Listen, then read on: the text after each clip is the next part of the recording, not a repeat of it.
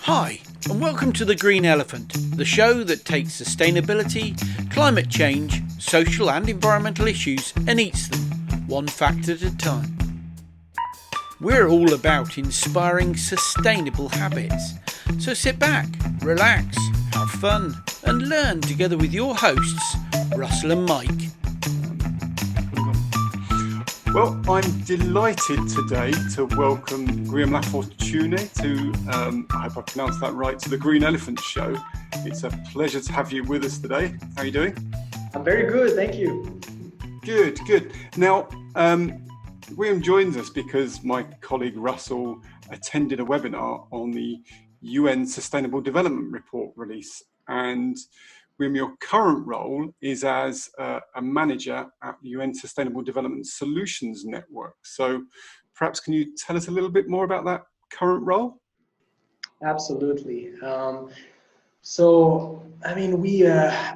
as you know, in 2015, a set of international goals were adopted by all global leaders around the world. Yeah. These are called the 17 Sustainable Development Goals. And I continue to believe that this is a major achievement, right? Never in the history of humankind do we have a set of common objectives for the entire world. And some of the objectives might be, or might seem relatively straightforward and just, very obvious things for us in Western Europe. Sure. But issues like social democracy, inequalities, or really to have the entire world kind of signing off on this agenda, including the biodiversity, the climate, is really an achievement in itself. And so as part of my role in the SDSN, which is mandated by the United Nations to mobilize knowledge around research and science for those goals, or those sets of goals, I have been with my team monitoring the implementation of those goals across all the UN member states. And so we release annually this Sustainable Development Report, which tracks the performance through a system of index and dashboards of all United Nations member states on those 17 Sustainable Development Goals. And we have a set of rankings, scorecards that are available on the internet. And that. Yes. This year is we made this since 2015, and this is our 5th edition of the report, and we have done also regional and subnational editions of that. Yeah, and it makes for very interesting reading. So we'll put a link to that in the show notes, so listeners can go and have a look at that, and do go and have a look, because it is very interesting. And when you look at your own country, it's really interesting. So before we dive into where we are on those goals and the impact of COVID and where countries are, do you want to give us a little bit of how did you get into sustainability and working for the SDG, and what brought you to being where you are and the role you're in? Yeah, well, I'm an economist by training. Okay. I started my career at the Ministry of Economic Development in the government of Quebec in Canada. I'm Canadian. Okay. And then I moved to an international organization based in Paris, the Organization for Economic Cooperation and Development, the OECD. Yes. Yes. Working on mainly, I've done several departments, but primarily on public governance and public sector reforms, and mainly on the statistical part. And then when the SDGs were adopted in 2015, I felt there really was a momentum around those goals and those objectives, and I got very excited about this. And this is where I made the move and joined the United Nations Sustainable Development Solutions Network in this position, where I continue to use obviously my economic skills, the statistical skills, but also apply to the issues of sustainable development and climate action. And I guess also the fact that the Paris Climate Agreement, obviously there's the city of Paris in there, and being in Paris myself, I guess this is something I felt attracted also to, a momentum I felt like I was attracted to join. Yeah, that's great. And so I think it might be worth just pausing on these sustainable development goals, because I think when I speak to people about these goals, they think, oh, it's all about climate change and all about carbon, but that isn't correct at all, is it? No, it's broader than that. So it really covers. I mean, if we summarize a little bit those goals, I would say that SDG 1 to SDG 9 broadly cover the issue of social development, no poverty, access to healthcare and quality healthcare, access and quality education, gender equality, access to basic infrastructure like water and sanitation. So those goals are mainly, let's say, economic, social. Then you have SDG 10, which is really about inequalities, something obviously, and I'm sure we will speak about it later on, but something that even high-income countries need to work on. Then you have the set of, let's say, more climate goals, climate and biodiversity goals from, let's say, SDG 11 to SDG 15, with SDG 13 being really the climate action goal, and very closely connected, obviously, to the Paris Climate Agreement. And then the two last goals, SDG 16 and 17, are really about, 16 is really about strong institutions, governance, public sector efficiency, but also with satisfaction with public services. And 17 is about international collaboration, partnerships for the goals. So they are much more than that. And I think the important point here is to say that this is an integrated agenda. And so all these progress need to happen hand in hand, and without obviously undermining progress on other parts of the agenda. Sure. I mean, I think to us it looks like there's such a broad range of things in the development goals that as individuals and as organisations, the approach is not to try and do them all, but to pick the ones where you can perhaps make a difference yourselves. And that's certainly what we, as an organisation, we're looking at. I think 8 to 12 of the space that we're in, because we don't think we can affect governmental organisations at this stage, and we don't think we can do too much about poverty and hunger, but we can do some stuff in the middle. And so it's picking the ones that you can do something about. But there's something for everybody, I think, and it covers the whole remit of the people, planet, prosperity agenda. It's not just climate. No, absolutely. I think prioritizing is obviously a very important part of this agenda. At the same time, I mean, when we looked at what was happening in the private sector when these goals arrived, and I think it's important to say that these goals were adopted for member states, right? So there needs to be a little bit of translation for the private sector to understand what it means for corporate metrics and corporate strategies. There's great organization working on this, like the World Business Council on Sustainable Development, the World Benchmarking Alliance also, that are doing fantastic work, the Science Based Target Initiative. But one trend that was happening a little bit at the beginning, and which is probably starting to change a little bit as businesses have a better understanding of the agenda, is that we saw a little bit this tendency of certain businesses to say, okay, we're going to pick the goals where we feel we're going to make a contribution, and actually recycling what businesses were already doing, but just framing it under, I mean, what we were seeing is a lot of businesses prioritizing SDG 8, which is on economic growth, for instance, but also SDG 9, which is on innovation. And they were saying, look, we're going to make a lot on SDG 8 and SDG 9. But the issue with this is that it's leaving aside a little bit what I was saying earlier about this integrated nature of the agenda, and that the idea is not necessarily to make great progress on two goals while undermining the achievement of other goals, but to think a little bit in a more comprehensive way and more systematic way about the entire agenda.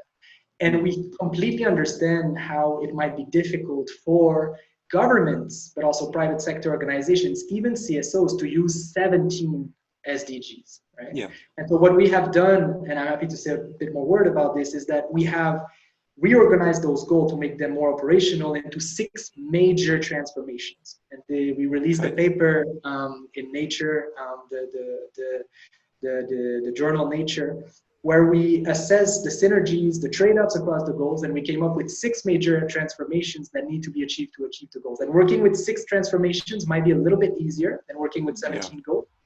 And we see different frameworks coming up, including from the private sector, that mirror quite well those transformations. If I look at the key work programs of an organization like WBCSD, which I mentioned, which work with CEOs on sustainability, they look very similar to those 6 transformations. So they're starting, and that's quite encouraging to see a common language being spoken between governments, but also with the private sector.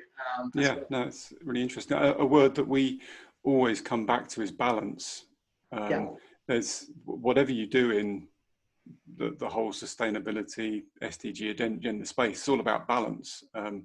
And you can't do one thing without impacting something else. So what is the right balance and how do you achieve that? I guess that, that concept of balance is something that has been pulled to almost a breaking point over the last few months because of the coronavirus and the COVID situation. And I know that you're very much into the impact of that on the SDGs. And you want to just say a few words about what you're seeing in terms of that short-term impact? Yeah, no, absolutely. I mean, so I think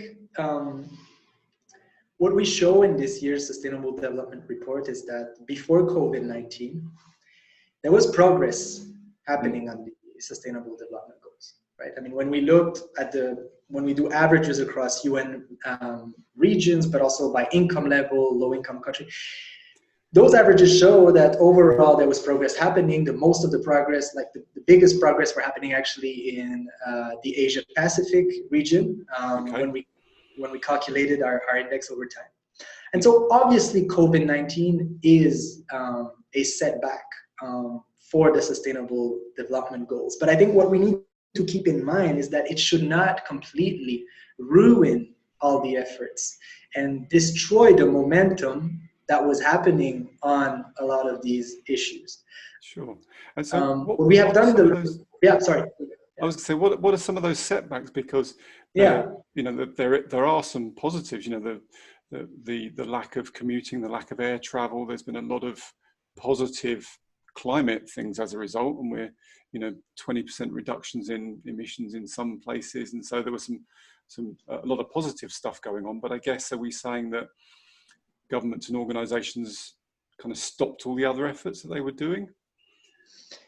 Yeah. So here, I mean, I think if we break down a little bit, and that's what we've done in the report, if we break down the short-term impacts on the Sustainable Development Goals, I mean, we see obviously very negative impacts on issues like poverty. According to some UN estimates, we might go back to where we were 30 years ago when it comes to the rule of extreme poverty.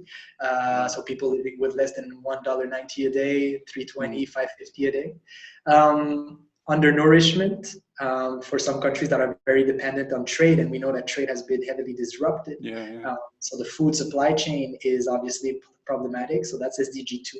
Obviously on health, right? The mortality due to COVID, but also to other causes of death during COVID, and obviously on the economic side, right? Covered under SDG 8. Now there's a whole range of goals which are either a bit more indirectly or moderately impacted. I'm thinking about issues like gender equality, and we've been speaking about the issues of domestic violence, but also the fact that women are often at the forefront of the fight against COVID.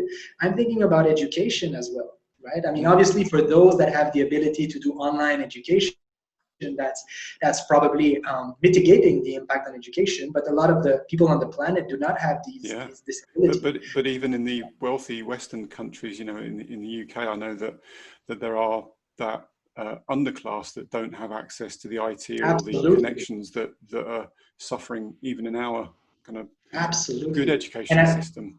Absolutely, and I think these impacts are just being amplified for the poorest in the society, right?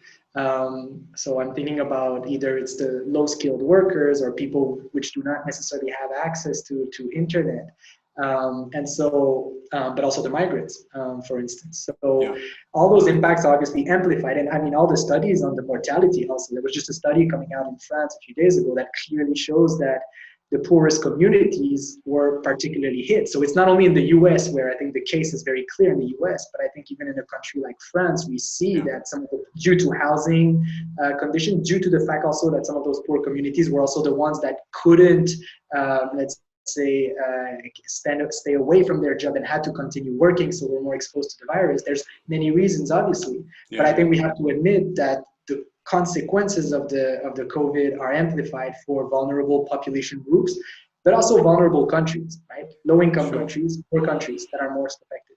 To go back on your point about some of the possible short-term gains.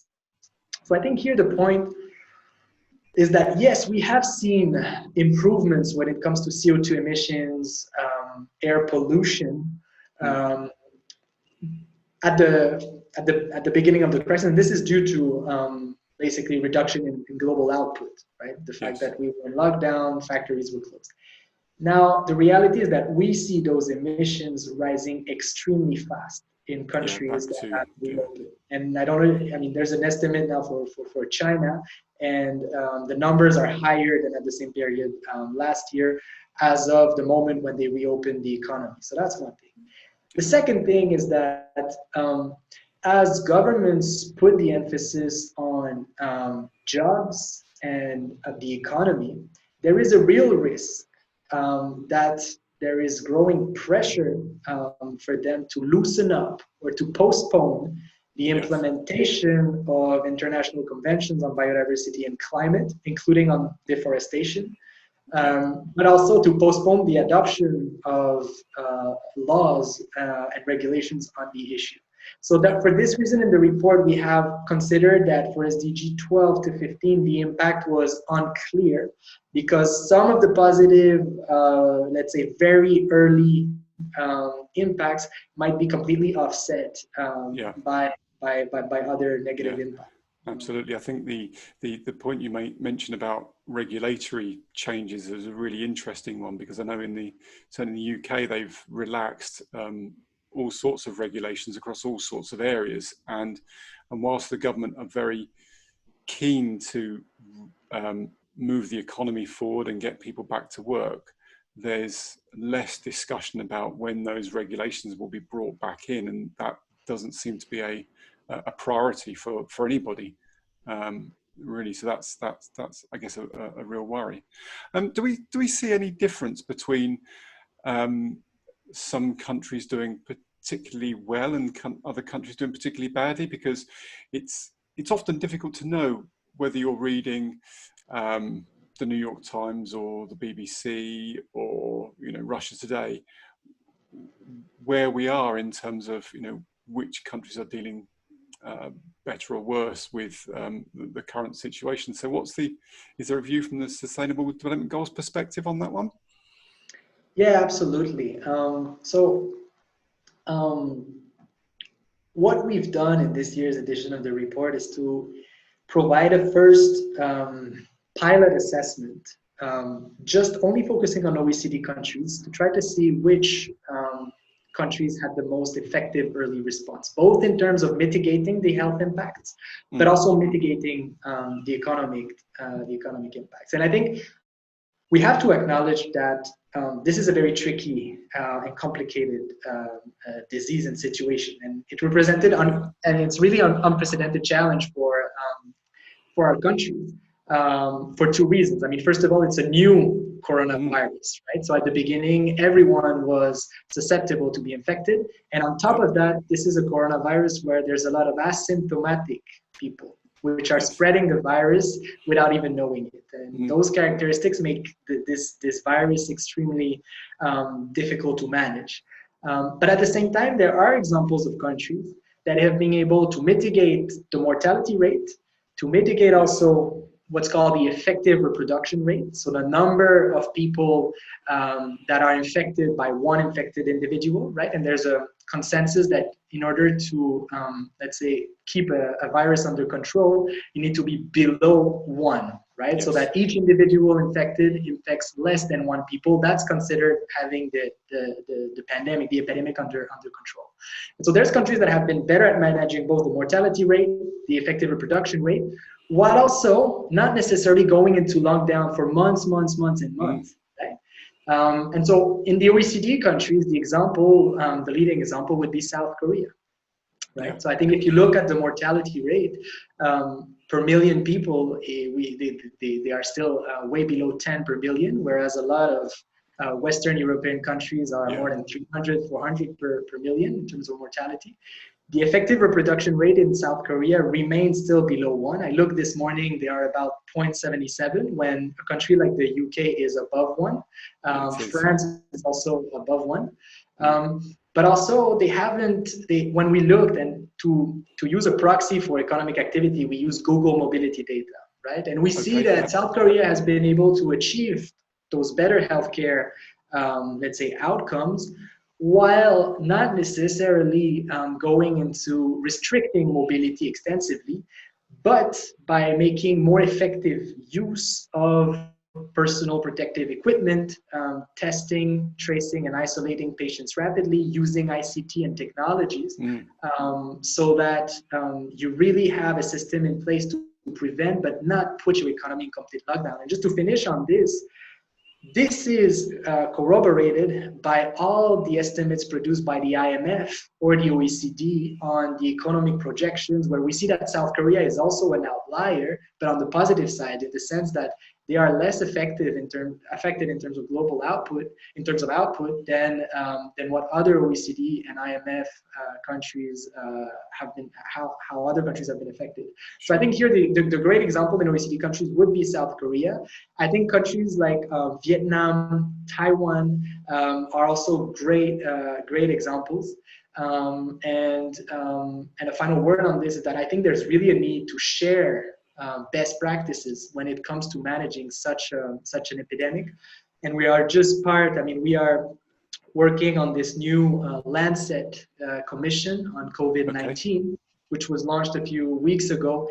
And that really aims to bring together the best scientists from the health side, epidemiologists, but also economists, to try to bring together some of the lessons learned from this crisis and come up with some recommendations on how to deal with these kinds of pandemics.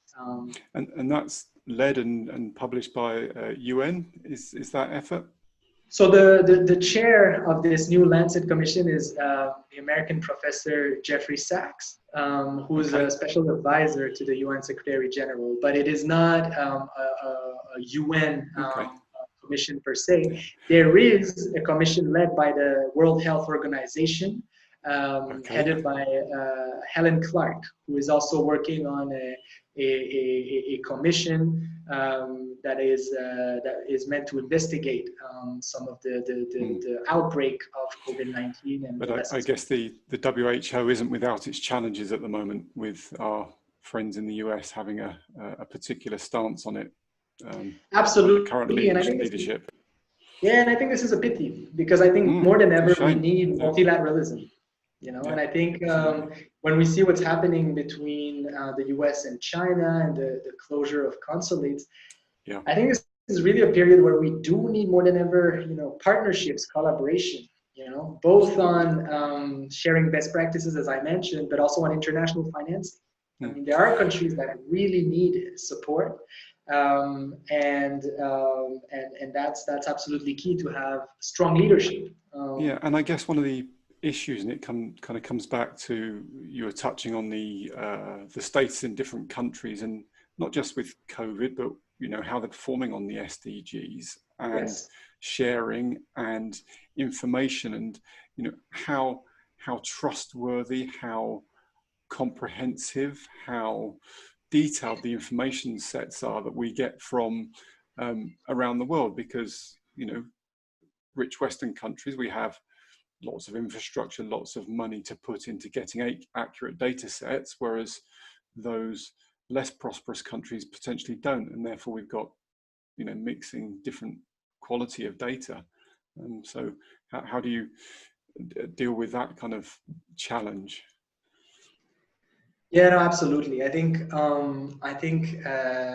there are differences in statistical capacities, and I think what this COVID-19 crisis is showing is that if we want to take the most informed decision, we do need very good, accurate, robust, but also timely data. And I think a big issue at the international scale is that very often, for key metrics, whether it's poverty, hunger, access to schools, and other issues, there is 2 years, 3 years, sometimes even more time lags in international statistics. And so it's a little bit better for high-income countries, and I'm thinking of OECD countries, for instance, where usually we have 1 year or 2 years time lag. But it's true that for a lot of the world, we have a very major time lag, which is due, I mean, for several reasons, right? You need a process in place to compare, validate the data sets. It might be a little bit harder in certain countries to collect the data. But I think this should push us all, the statistical community, to improve on that front. And so one initiative that I can mention, and there's several initiatives in there, but I think one initiative that's important is this new SDGs Today platform that was launched by SDSN and partners, where we have tried to identify for certain key SDG data sets and to disclose, let's say, online real-time estimates or close to real-time estimates of the situation. And that's working with obviously international organizations, but also what we call non-traditional data sources, including from the private sector, or estimates that are produced, for instance, on poverty, to try to have more timely data, but also disaggregated data, including for low-income countries. But that's a real challenge. You're completely right. Yeah, and is that similar to the Trace initiative that was announced in the last week or so? No, that's a different initiative. Yes, that's a different initiative. It's available now. It's accessible now, and the idea is that we will build through this platform, which was developed with the ArcGIS technology. Yes. The idea is to build and to integrate more and more data sets in there to have really a real-time view on what is happening. And the reality is that in the report that we launch annually, again, due to the time lag, it's often reflecting the situation as it was 2 years or 3 years ago, right? And here, one comment that we get very often is, look, you're reflecting about the situation of the previous government, right? So we need ways to assess what our government's doing right now. And so one thing is to obviously have more real-time estimates. Another thing we're doing is to track policies more and more, what we call policy trackers for the SDGs.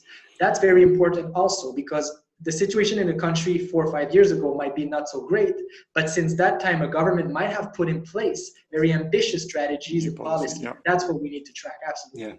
Yeah, I guess so. We've covered some of the issues with data. We could go for hours about the problems of data sets and collation and matching and things. But I guess that goes on to something else. You know, the reports have been running for a number of years, and you must start to draw some trends, some insights into how some countries are doing, how some of the goals are doing, and if we're on track for meeting them or not, and if we're on track, or we should be worried about some of them. So you'd be interested to get your thoughts on that. Absolutely. So we've been, as you say, we've been doing this index since 2015, and what we have done this year is to calculate retroactively what has been the progress since the adoption of the SDGs. And so roughly speaking, we're tracking 2015 to 2019. And I would say here there's two conclusions. On one hand, overall, there is progress at the world level towards the SDGs. So the momentum is positive. We have the figures in the report. And here, countries in the Asia Pacific are really leading the way. I mean, when we look at the progress made since 2015, they are the region that really progressed the most. But we also see significant progress in Africa as well. And on this, I mean, what's interesting also is to see that some degree of convergence, probably not fast enough, but between the progress made by low-income or lower middle-income countries and high-income countries. So we see progress in high-income countries being actually relatively stable, but at the same time, they start with a higher SDG index score for most of them. But at the same time, we see low-income and lower middle-income countries kind of catching up, probably too slowly, but still catching up. The overall finding is also obviously that right now there's no country, even the best performing countries in the world, that are on track, that were on track before COVID for achieving the SDG. So Sweden is #1 on our SDG index, but at the same time, Sweden is facing major challenges on at least 2 goals, and we're able to estimate whether countries are on track or off track for the goals, and Sweden is not on track for achieving all of the SDGs by 2030. So 2 findings: there's progress, but not sufficient, so we need to accelerate. And why is the progress, do you think, quicker in I guess, Asia Pacific and Africa aren't as prosperous as Europe, North America. Why would they be progressing more quickly than those other areas? Yeah. Well, I think a lot of the countries in Africa, but also some countries in South Asia, were starting with a relatively lower SDG index score overall, right? And that's due primarily, when I compare to high-income countries, primarily to the fact that high-income countries tend to perform better on SDG 1 to SDG 9, and also on SDG 16 and 17, which are more related to socio-economic issues and governance issues. The real issue in high-income countries is related to, I would say 3 challenges, and those apply to the UK. It's diet and unsustainable consumption, so that's covered under SDG 2. Second one is inequalities, income inequalities, and other forms of inequalities. And the third one is related to climate and biodiversity, SDG 12 to SDG 15.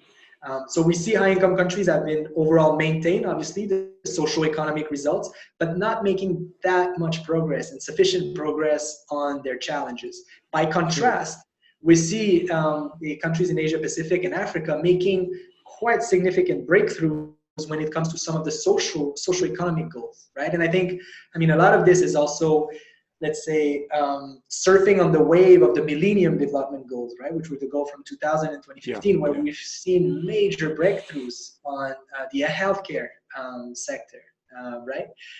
And so it's kind of surfing on this wave of progress that was happening on the health sector, but also more and more on the education sector as well.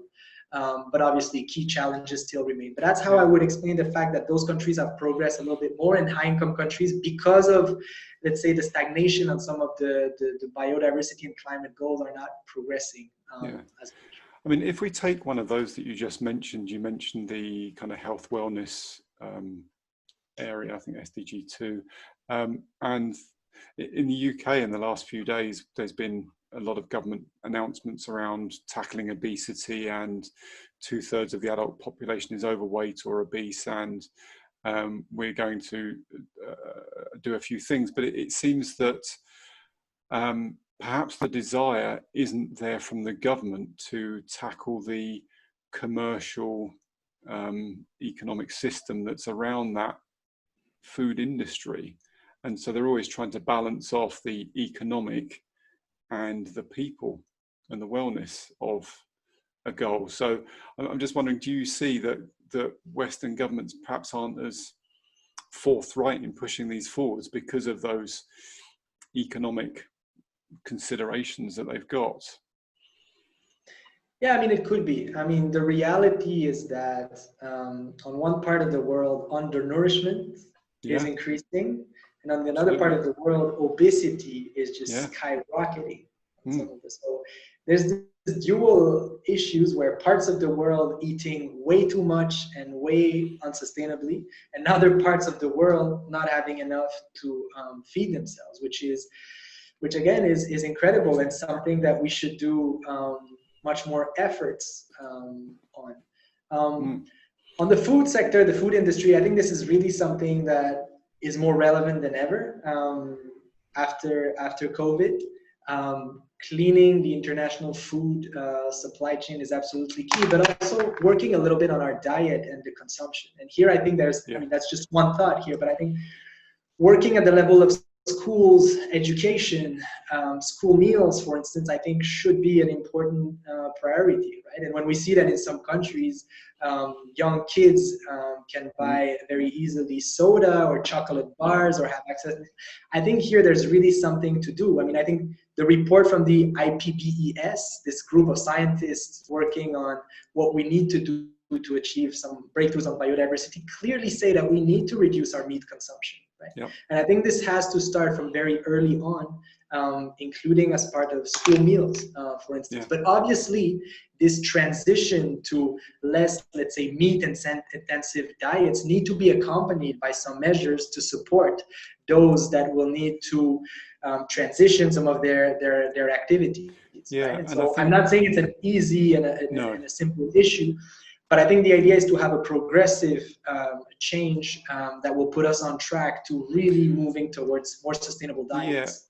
And I think we saw a statistic, and it comes back to economics again, that in the UK, if you are one of those in poverty or less well off, you would need to spend 75% of your income if you wanted to eat fresh fruit and vegetables. And so it's so much cheaper to buy processed food and food that's not good for you. So there's as well as the education, there's clearly some economic measures that need to come in. I mean, what do countries need to do broadly, more generally, to meet this? We've already said that no country is on track to hit the goals by 2030. What are the things that need to happen? What do countries need to do to get to 2030?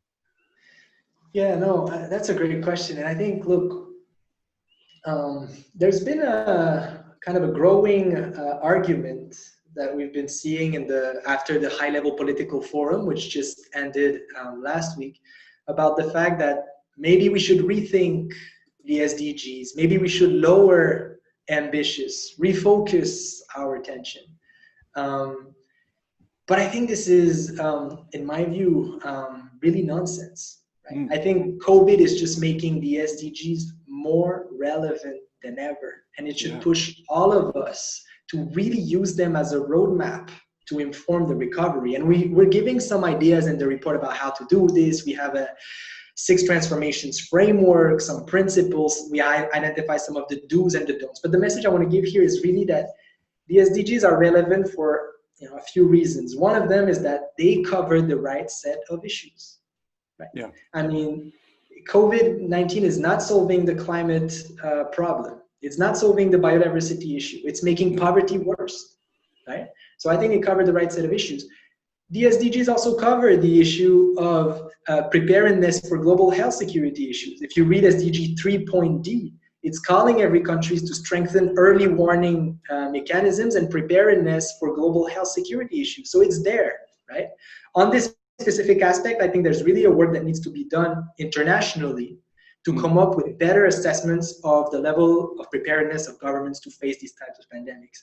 What was existing before was putting the US and the UK as the countries the best prepared in the world to face pandemics. That's the Global Health Security Index. And I think their framework is great, but I think it needs to be rethought in light of what happened during COVID. There's obviously things they couldn't capture, the political leadership, which is something that is hard to capture beforehand, but still, I think COVID-19 is going to teach us a lot of things on how to track SDG 3.d related to preparedness. So the SDGs cover the right set of issues. The SDGs are also achievable. There's no operational, there's no technical challenges, and that's what a lot of serious reports are showing. If we want to achieve some of the major breakthroughs on, renewable energy, climate, pathways for biodiversity objectives, sustainable land use, but also even social goals like poverty or access to schools. There's no technical barriers in doing this, and that's what a lot of reports show. And the final point is that the SDGs are also affordable. They are affordable. We costed them with the IMF. It's about 2% of global output a year. This is not impossible. This is not impossible. There's obviously a financing gap in low-income countries, but this is not impossible if we find, other sources of revenues, including from some of the billionaires and some of the philanthropists that can contribute to this agenda, as well as official development assistance. But when we look at someone like Jeff Bezos, and again, I think this is probably a great leader, but we see that his revenues have been increasing quite a lot since the start of COVID-19. Yeah, absolutely. Right? So I'm just thinking that there's really ways to make this happen. And I think to your question, I think the SDGs should be the roadmap. And the encouraging thing here is to see the European Commission, but also even a country like France, at least in the discourse, in the rhetoric, using some of the SDGs and some of the climate action and the need to do more on those issues, and tying this up to the recovery packages. I think this is quite encouraging. Let's see how far it can go, but I think this is an encouraging signal that is being sent. So it's political will. The means are there, but the political will perhaps it isn't there to support it. So I guess what I'm hearing is that, in terms of what organizations can do and what individuals can do, it's about understanding the SDGs and doing what you can to support where you can achieve a balance in what you're doing, don't have too much impact, and contribute to the work that's already ongoing. Yeah, absolutely. But I think really your point on political leadership is really a key one, right? And this is why, again, just to go back to some of those messages that were sent about lowering ambition, I think this is not at all the right message. And I think it's the role of civil society organizations, but also scientists. And what we do in SDSN is to try to be a knowledge broker between scientists and policymakers. And I think it's our role to continue to, between brackets, speak truth to power and say that these goals are achievable, these goals are affordable.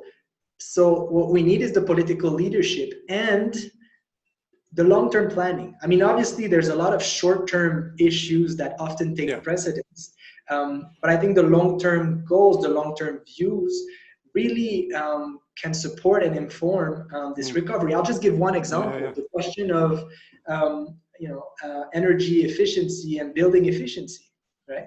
I think here, I mean, there was just some announcements made earlier today by the French government, but I think here, by investing, and we know that the recovery from this crisis will be led by investment. Investment will be the main source of growth moving forward because aggregate demand will remain low.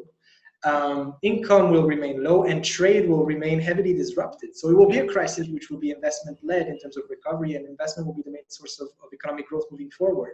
So it provides an opportunity for governments to really set the direction for the recovery and accelerate some of the transformations. And building efficiency, I mean, energy efficiency, you're working on climate, of course, but you're also working on more social issues and even health issues, right? I mean, if there's, heat waves that are happening, if the energy use of buildings is more efficient, we're going to protect our old people a little bit better. We're going to protect the poor people when the weather gets colder as well. And at the same time, you're working on the economy because you're going to hire a lot of people and it's going to create lots of projects and outputs, economic output. So I think this is just, this is one specific example. There's many others, but I think this is really the way forward to combine these long-term objective and long-term goals with some of the short-term priorities that we need to do to recover from the crisis. I mean, I'm sitting here being very encouraged and feeling very positive about the message that you're giving, and I think it's a brilliant message to give to people that these goals are achievable, they are affordable, because finding the will and finding the political movement to do these things, that can be done. So we're not sitting here saying everything's lost, we're going to miss these goals, it's not going to happen. We're saying it's very achievable and very doable, and that's a brilliant message. And here I think, I mean, on leadership, just one final point on leadership, I think the role of the European Union can be really a key one. I mean, I know obviously your country has left the European Union, but I think let's not talk about that. I'll get upset if we have that conversation. But just to say a few words, just that the new European Commission and the leadership of Ursula von der Leyen has really put these goals at the center of a lot of the strategies, the budget, the research agenda, but also macroeconomic coordination. And I think nowhere else in the world do we have, let's say, such a major power being so optimistic about this agenda and really using it for informing policy making. The European Green Deal is probably the most ambitious strategy for achieving the goals. I mean, as long, obviously, as the final document also incorporates the questions of the fair transition and has the right sets of targets. I mean, it's not done, but at least in the intentions, I think the European Commission has really shown over the past few months a strong leadership on those issues and can really be the major power that really pushes this agenda in international meetings, the high-level political forum, the G20, and other international platforms where these things can really be pushed forward. Yeah, well, I'm sorry the UK isn't a part of that. I really am, and I think it just sounds very exciting and a great way to be moving forwards. Listen, Guillaume, we could talk all day about these and many Absolutely. other issues, but I mean, it's been fantastic to get your experience, your knowledge, your insight into these issues. We will point all our listeners towards the SDGs and to the Sustainable Development Reports. Obviously, if any listeners have got any questions they'd like to put to us, then by all means send them to us. We're on social @GreenEllipod. Guillaume, if anybody wants to link up with you on any of these issues, are you around on social or email, or I could pass on an address, I guess, if they want to. Absolutely. Yeah, absolutely. We have a generic email for the report, Okay. and feel free also to contact me personally also. On my I will share that. Fantastic. That's been brilliant. Great. Thanks, Guillaume. Brilliant to speak to you, and we'll catch you again. Thanks for listening to this edition of Green Elephant. It's been a pleasure to have your company. If you've got thoughts or comments on anything you've heard on the show, please drop us a line using studio@greenelephant.show. We love hearing your views and ideas. In the meantime, let's carry on the conversation. We're on Instagram, Facebook, LinkedIn, YouTube and Twitter as Green Ellie Pod. Come back soon.